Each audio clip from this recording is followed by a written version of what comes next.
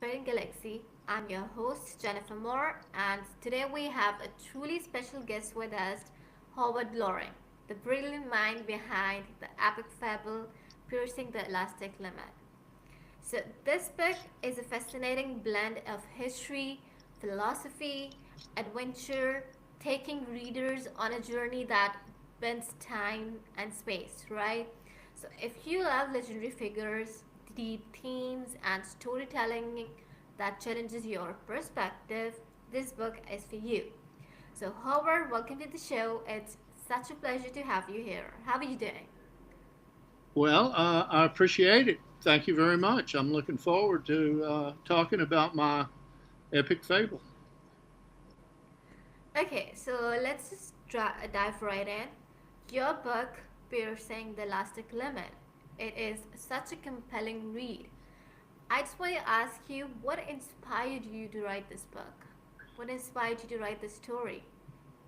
Well, I write epic fables, which are, Mm-hmm.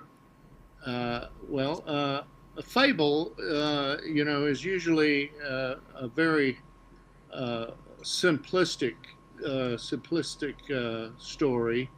That is, it's Mm-hmm. the narrative is very simple, and an epic is usually uh, more encompassing. It's universal in nature. Mm-hmm. So Okay. I joined the two, and I write uh, historical fiction. That is, I use real people and Mm-hmm. documented circumstance. But I write time travel books, so there's science fiction as well as historical fiction. Yeah. And being epic fables, Mm-hmm. a fable usually has a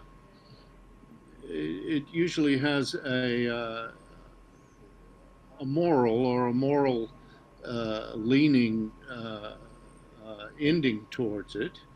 And in all of Mm-hmm. my books, the characters they they're because it's an epic in nature, they're forced with uh, they're forced to come up with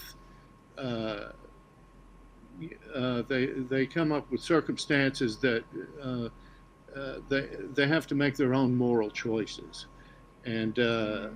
and so uh, but it's an exciting situation, and it's told very simply, but it's layered, Mm-hmm. and it's exciting, and before you know it, you're immersed in historical things that really happened to real people, Mm-hmm.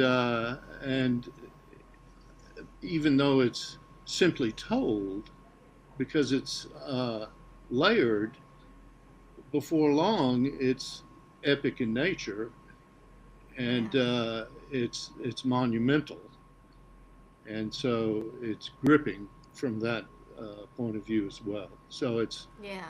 it gets you from lots of different uh, from lots of different ways. So it's very interesting. Yeah. That But definitely is. this particular book is an audio book as well. So that's that makes it very interesting from a whole different perspective. Yeah, it does. So the title itself, Yes, Piercing the Elastic Limit, is yes, very, intriguing. What yes. does it symbolize for you, and how does it tie into the essence of the story? Well, time travel fans, they're rabid. Yeah. Yeah, they will pick you apart if you don't have a working theory, or if your hardware doesn't work. They will Mm-hmm. try. Nothing. They don't enjoy uh, anything more than pulling your theory apart, or finding flaws in your Exactly. storyline. So Mm-hmm. the elastic limit in my books, and all of my books have the elastic limit in their title, in the title. So Mm-hmm. the elastic limit is jargon. in my books for Okay. understanding how to time travel. So you have to understand the elastic limit to be able to manipulate time. So the Mm-hmm. elastic limit deals with time manipulation, but it's also a metaphor Yeah. for your imagination. So the first book I wrote was beyond the elastic limit, so it's really beyond your imagination. And this Yeah. book is piercing the elastic limit, so this book blows your imagination away. And I wrote, for example, I wrote a book of short stories called Mm-hmm. Tales of the Elastic Limit. So that's stories for your imagination. So the, uh, the elastic limit is the uh, boundary under which you can distort the timeline. And if you Mm-hmm. understand, this is my theory, of course, and how my books operate, if you can understand how to manipulate within Mm-hmm. the elastic limit, then this permits you, excuse me, this permits Yeah. you using the hardware that's described in the books. This permits Yeah. you to time travel. So that's, yeah, the elastic limit is very important to the books. First of all, it's in the title of all the books, but uh, Yeah. it's intricate to the theory behind the books and the application that's used to be able to time travel using the theory That's that's in all the books. yeah, that's really fascinating the way you were putting it in. So you have been called a master storyteller. Oh yes, What is I've it been about called the that. Yes. yeah? So I wanted to ask you, was it what is it about the fable format that allows you to tell such vast and profound stories? The fable format. Is Yeah. it? Well, you know, storytelling that goes back a long way. Uh, you know, uh, written language, Mhm. you know, that's been around for a long time, but spoken language has been around twice as long as written language. Yeah, And that's so, true. the good storytelling, the rules of storytelling were honed for thousands of years before written language came to be. Yeah. And so, uh, the rules of good storytelling, they were honed through thousands of years, and uh, classical storytelling myth, if you will. Mhm. Mhm. Uh, there's good myth and bad myth. Have you ever seen a movie or a play, but primarily a movie these days? Mhm. The acting was good, the photography was good, but it just didn't make it for you. Yeah. And chances are the myth was wrong. And myth is Mhm. unconscious, or it can be. Yeah. Myth is Yeah. powerful, it's unconscious. It can make you Mhm. feel in ways that you don't understand. It can it can bring you joy, it can make you laugh, but it can freak you out. It can, Yeah. make you feel creepy. And, Definitely. and that's because it's unconscious. And that's because it follows a formula. And that's because Mhm. it follows rules that were honed over thousands and thousands of years. And so Yeah. there's good ways to tell a story. Timing Definitely. and things like that are important, but uh, if you don't get the myth right, then Yeah. the story is lacking. and Yeah. uh, and it can be, it doesn't have to be I mean, it can be. You can have a story that's not, the best going, but Mm-hmm. it can be. It can't be the best story without the myth. Yeah, That's what I'm saying. exactly. And Yeah. so, and so, Homer, for example, who might not have been one person, but Homer is considered a genius, Mm-hmm. not because he came up with the great way to tell the story, but because he knew the formula well, and he wrote it down earlier than anybody else did. He knew the formula that was already honed Mm-hmm. through thousands of years. So Yeah, I'm a good storyteller because I definitely you know are. how to,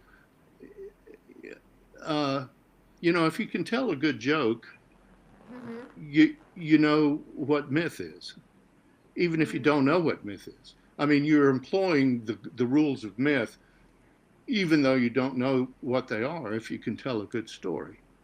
And if you Yeah. can tell a good joke, you know, you're using these unconscious rules because you're Mm-hmm. employing timing, and you're, using these uh, counterpoints and things of that nature.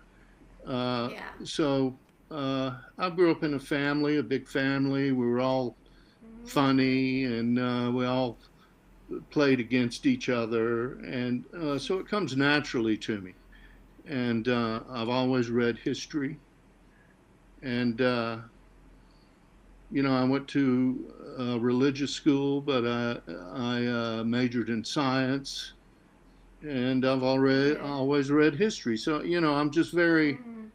and I read all the time, and I read all kinds of stuff. I don't read one genre over another. I read mysteries. I read Mm-hmm. detective tales. I read love stories. I read, biographies. I read, So I think I'm uniquely uh, set to. It's just uh, it comes naturally to me, and Definitely.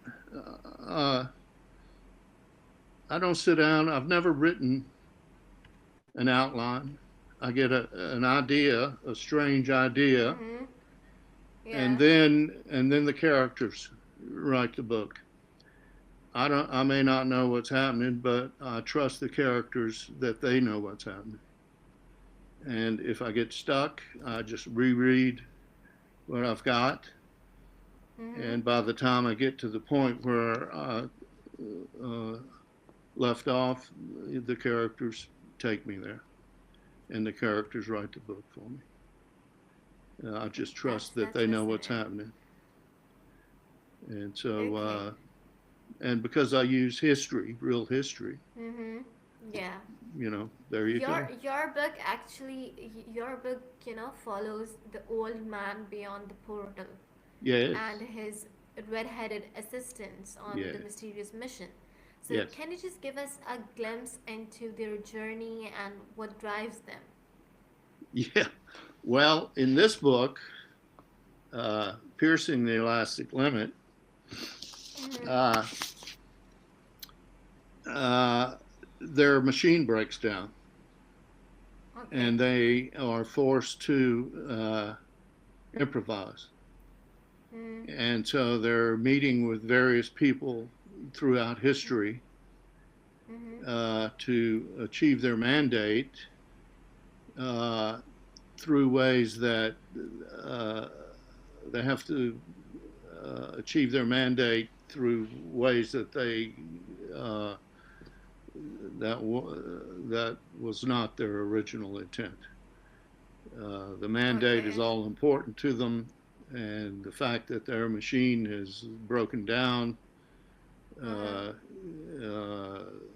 and they have adversaries, of course, that are after them and trying to defeat them, and that doesn't stop them. They have to keep going, and and so uh, it's interesting. Yeah, definitely. Definitely, it's very interesting. Yes, it's Yeah. so yeah, You yeah, So you have, incorporated legendary historical figures like Caesar, Christopher Marlowe, and Robert Schumann. So yes. how did you choose which figures to include, and how do they fit into the story's grand vision? How do you, move with that? Well, excuse me. No problem. For this particular story, Mm-hmm. I don't want to give too much away, but Yeah. Julius Caesar, who was a Mm-hmm. great politician as well as a Yeah. military man, Mm-hmm. Julius Caesar was murdered. And Okay. Christopher Marlowe, if you don't Mm-hmm. know, he lived during Elizabethan times. He was a genius uh, uh, when it came to language. He wrote plays, Mm-hmm. he wrote essays, he wrote novels, he wrote. Mm-hmm. But what people generally don't know was that many people, many scholars believe that he was also a spy. Uh, Okay. Queen Elizabeth's England was basically a police state. Everybody was not everybody was a spy, but uh, people, lots of people were informants, uh, Mm-hmm. and but many people believe that he was actually a spy, and he Okay. was a genius. Caesar was a genius militarily, and he was a genius in Mm-hmm. the political sphere, and Marlowe was a genius uh, literarily, and Marlowe was murdered. Caesar was murdered. So then we come to Robert Schumann. Yeah. He was a genius in the musical sphere. His wife was very much a musical. She was pretty much a genius too. She was much more well known, Clara Schumann, than he Mm-hmm. was during his lifetime. Her father was a brilliant musician too. He was a music teacher known throughout Europe. He was acclaimed during his lifetime as the greatest music teacher in Europe. Uh, Okay. but Robert Schumann, Mm-hmm. who became known as one of the greatest musicians the world has ever known, Mm-hmm. he wasn't murdered, but he died in a mental institution. So, these Okay. facts these facts were pretty weird in terms of true history, Yeah. and so they I don't want to say too much that might blow Yeah. the plot, but Yeah. they lent themselves to an interesting possibilities in terms of having time travelers involved, shall we say. So I had some time travelers involved, and Okay. uh, and so yeah, so that's how why I chose them, and Perfect. many more That. too, not just them. Yeah. There's lots of people in these books, and they're Mm-hmm. real people, and lots of them. Yeah. So And yeah, what makes these books more interesting is that you get to know about the real people. It's just not someone who's just in your imagination. It's somebody's actual life that you're reading about, so it makes it more interesting. So yes, it is definitely really, like, right now I'm kind of blown up because it's really informative because we don't know about the history of these people, and you know, people like you, authors like you, who put out the word for them and tell their story. So it's really very interesting. I really liked, you know, and I really feel like that I really should give you know, it's really, what I can say, it's really overwhelming to get to know that, you know, Yeah, there are. a lot of people who read sci-fi, especially people who read Uh, time travel, mm, they're blown away by the history. And yeah, the history, it's not dull history. A lot of people that don't like history because in yeah, school it was a bunch of dates and da da da. This is not, the history doesn't hit you over the head in my books. It's just, you're just immersed in it because it's part of the story. exactly. It's part of Yeah. the story. And the people that read, first of all, they're reading my books, the really the rabid time travel people, they're reading my books trying to pick them apart to find the flaws in them because Mm, they're wanting to try like a paradox and all this stuff. And I yeah. explain paradox in my theory takes into account paradox, and it's not a problem and this and that. But they're like blown away. They're like, man, I can't believe all this history. This is great because you're Exactly. not bored by it because it's not Mm-hmm. it's not this fact and this fact and this fact and this Yeah. fact. It's all this interesting stuff. It's Yeah. almost after the fact. You finish Mm-hmm. the chapter and you're like, wow, I can't Wow. believe, Yeah. So, that's, yes, it is interesting from that point of view because it's all true. Yeah, exactly, It's exactly. all, it's not just made up mumbo jumbo. Mm, It's all real people and documented circumstances. yeah. But it's not about the history. It's not about the time travel. It's about, their epics. You Mm-hmm. know, literature has jargon. A short story is a contained piece. Uh, a novel is a longer thing that's got character development. You Mm-hmm. know, uh, but an epic, you know, the plot is secondary in an epic. It Yeah. doesn't matter uh, what happens to the people in an epic. Yeah. I mean, it doesn't matter what the people do.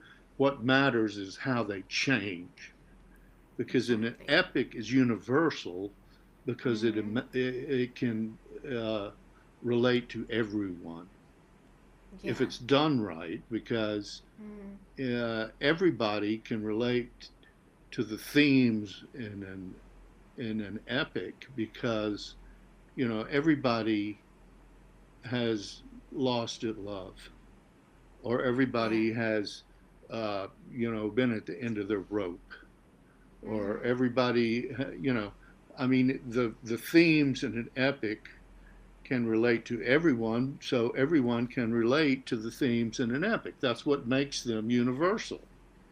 And Yeah. that's what makes it different from a novel. Mm-hmm. They're long novels, but they're not Mm-hmm. epics because they're about a Exactly. certain person or people. Yeah. But Mm-hmm. epics are about everybody because everybody can relate to them. And Yeah. so, that's what my books are about. They're about everybody. They just happen to Right. be immersed in history, Mm-hmm. and they're time travelers, in them, and they're unique in Yeah. time travel. So, Yeah. yeah.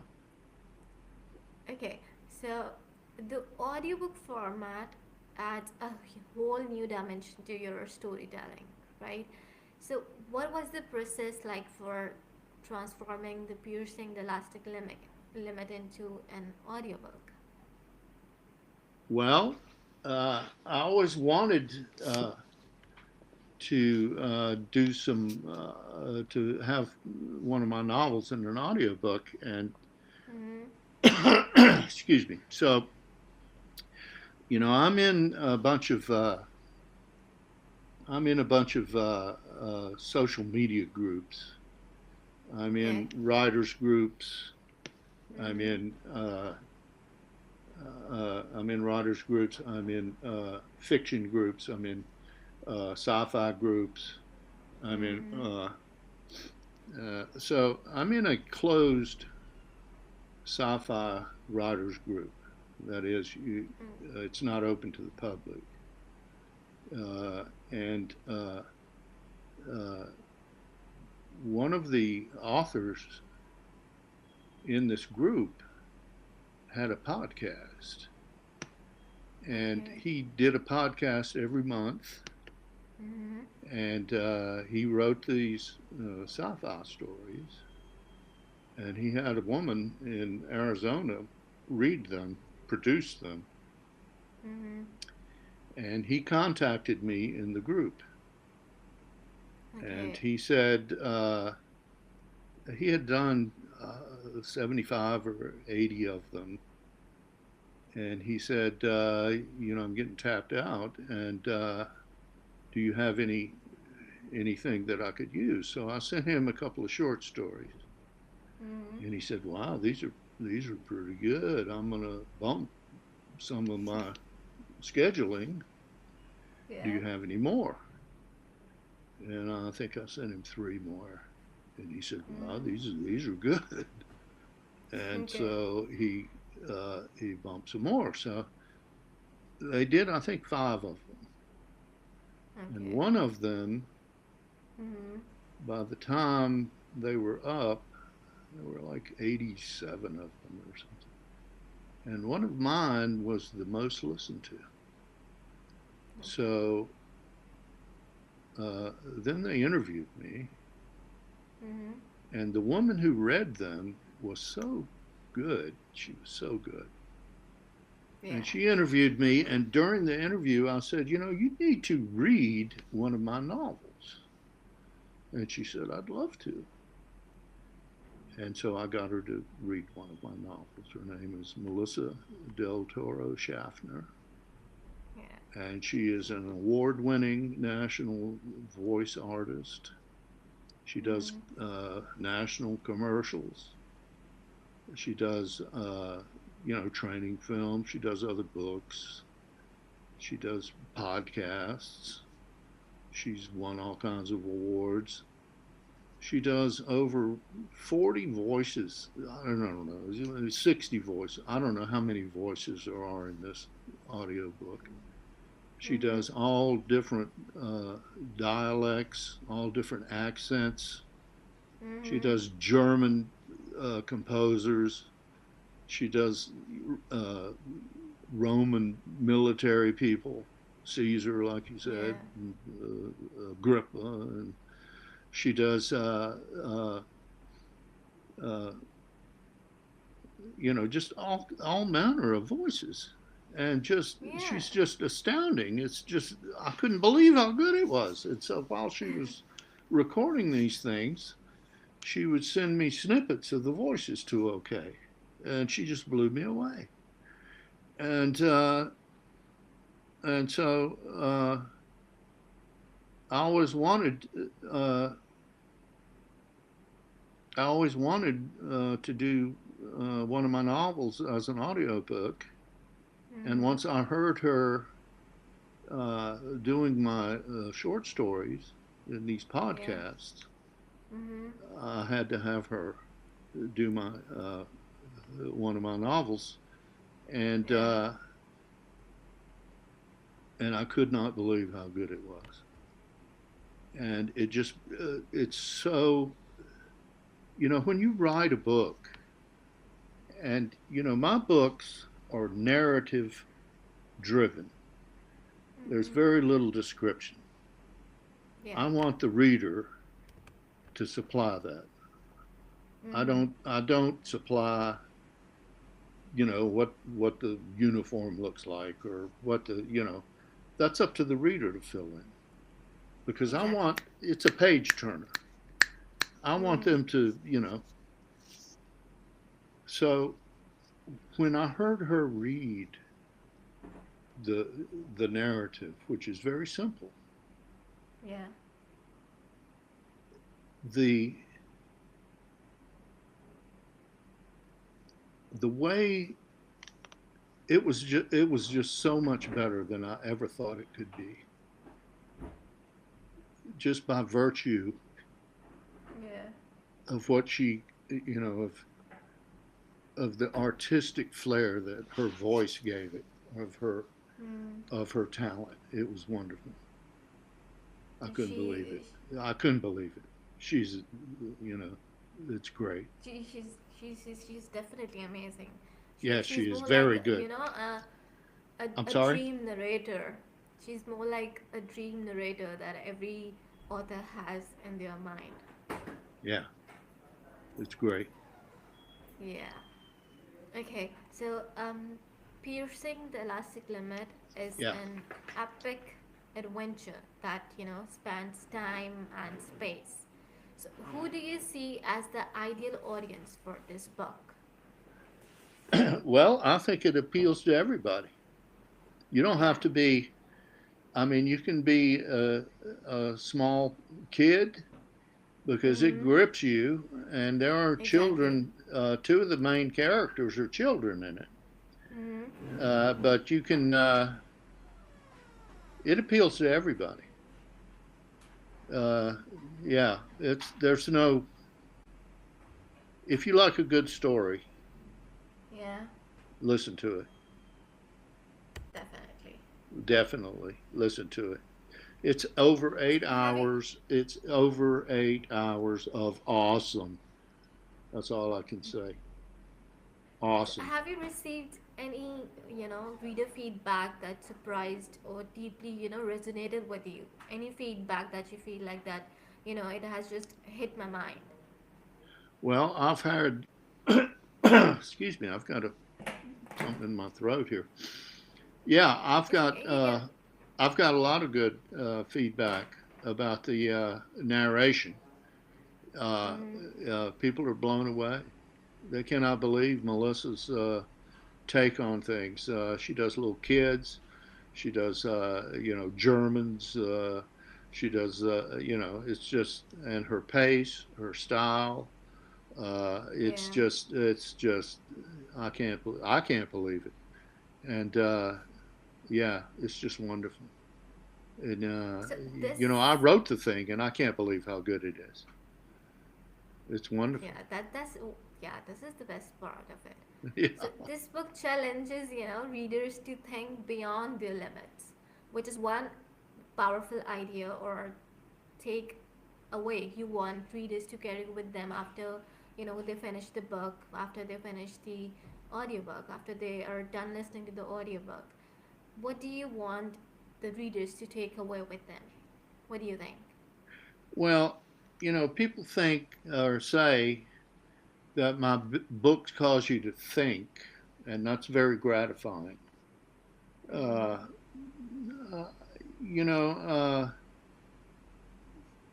I just want people to enjoy them.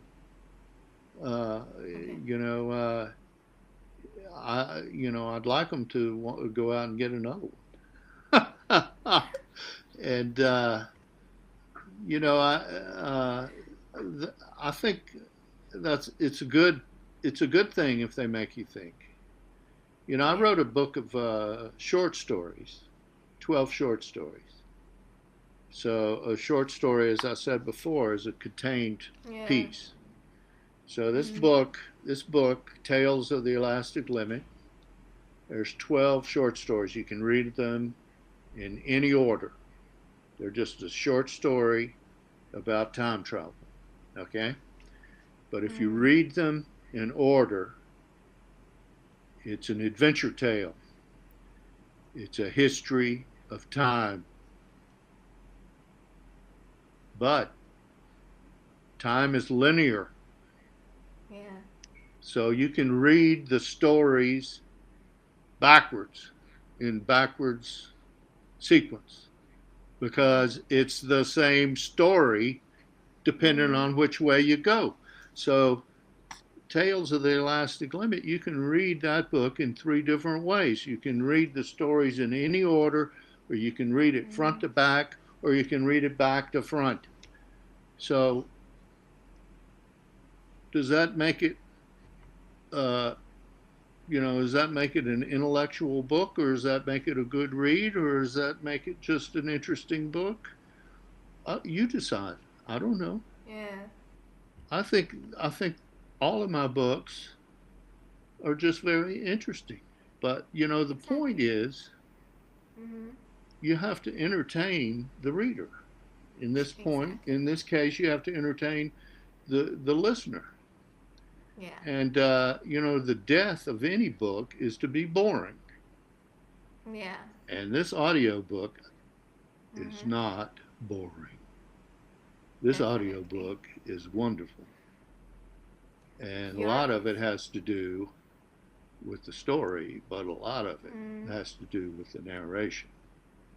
Melissa exactly. del Toro Schaffner is a wonderful narrator. Of course, the Definitely. book Yeah. itself is pretty good too. You need to give yourself a bit of credit as well. I think so, but Yeah. I'll spread it around. She's pretty good. Yeah, she definitely is. Yes, So, yes.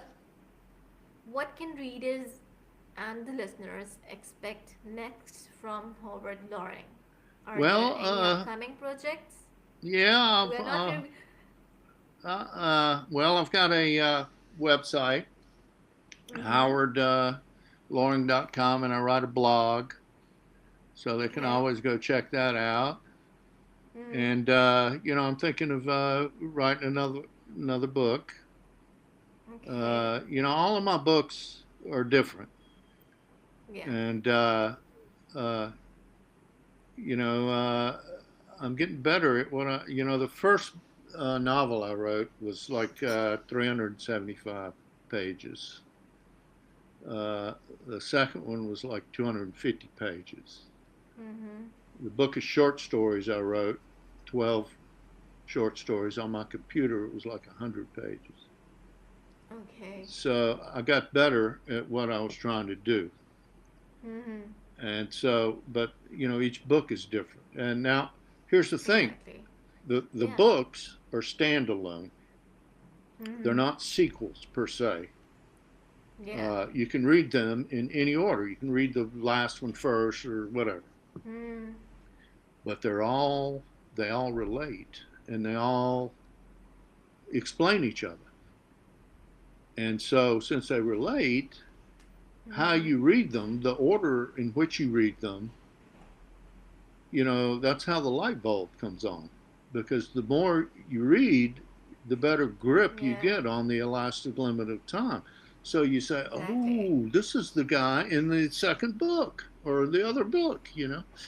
So, yeah, so they all relate. And so I'm thinking of writing another one. And because there are some things that can play off of each other. And since they're historical fiction and I use real history, Yeah. then of course there's unlimited source material. There's all kinds of mysteries about real Mm-hmm. history, about things that Mm-hmm. happened in real history. You know, Yeah. Amelia Earhart, what happened to her? She might have just got sucked up into a time machine. I don't, Mm-hmm. I, I don't know. I don't know if that's going to be in another book, but you see what I'm saying. There's all Yeah. kinds of things that could have happened. You know. Okay. That's interesting. So, Howard, this has been such an insightful conversation. So, before we wrap up, I have a few final questions for you. Okay. You have. I'm sorry. Before we Before we wrap just up. wrap up, yeah. So, for those who haven't yet experienced the piercing the last elastic limit, Uh, Why is now the perfect time to dive into this audiobook?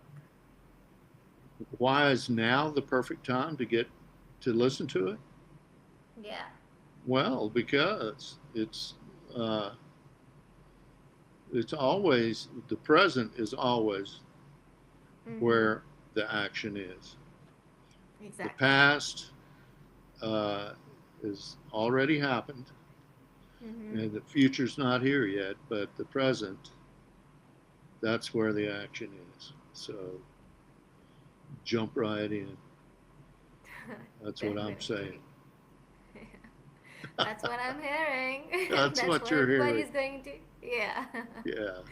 Okay, so where can listener find the audiobook? Do you have any recommendation on how to best experience it? Should they listen all at Well, once it's or savor it piece by piece? What do you recommend? on all the platforms in the known universe. Mm-hmm. It's in it's Audible, of course, which is Amazon. It's Mm-hmm. on Nook, which is Barnes and Noble. It's on. Uh, well, hang on a second. I'll give you. I've got a list of where it is. Yeah, Hang on a we second. need that. Okay, hang on. Let me see. I do have a list. Uh-oh. My computer's hanging up here because okay, let's see. It's Nook, which is, like I said, Barnes and Noble. It's Kobo, which Mm-hmm. is Walmart. Google Play, Yeah. Storytel, Libro, Mm-hmm. audiobooks.com, Hoopla, Chirp. Chirp is Yeah. good. Uh, and Audible, Mm-hmm. uh, Spotify. You can Okay. anywhere where audiobooks. Uh, Are, are uh, produced, yeah. yes, anywhere where audiobooks are sold. Okay. Get, So yeah. finally, if you had just one sentence to convince someone to pick up this book and start listening right now, what would you say? If I if I'm sorry, say that again. If you had one sentence to convince someone to pick up this book and start listening right now, what would you say? Well, I'll tell you, it's the best audiobook that's ever been done. I need to check it out. Yeah, that's yeah. Because Jennifer Moore said they needed to. That's why. Yeah. Okay. Okay. So, Howard, thank you so much for joining us today. You're Your welcome. book is truly a thought provoking journey, and I'm sure that our listeners are excited to dive into it. For anyone interested, you can find Piercing the Elastic Limit on Amazon. That's it for today's episode of Ghostwriting Galaxy. So we'll keep the conversation with amazing authors moving. Until next time, thank you so much, Howard, again. Yes, It was ma'am. really nice having you in our show today, and it was really informative to have you there. Okay, I appreciate it. Thank you very much, Jennifer. Thank you, Howard. Okay, Okay, bye bye. take care of yourself. Bye bye. Bye bye. Thank you.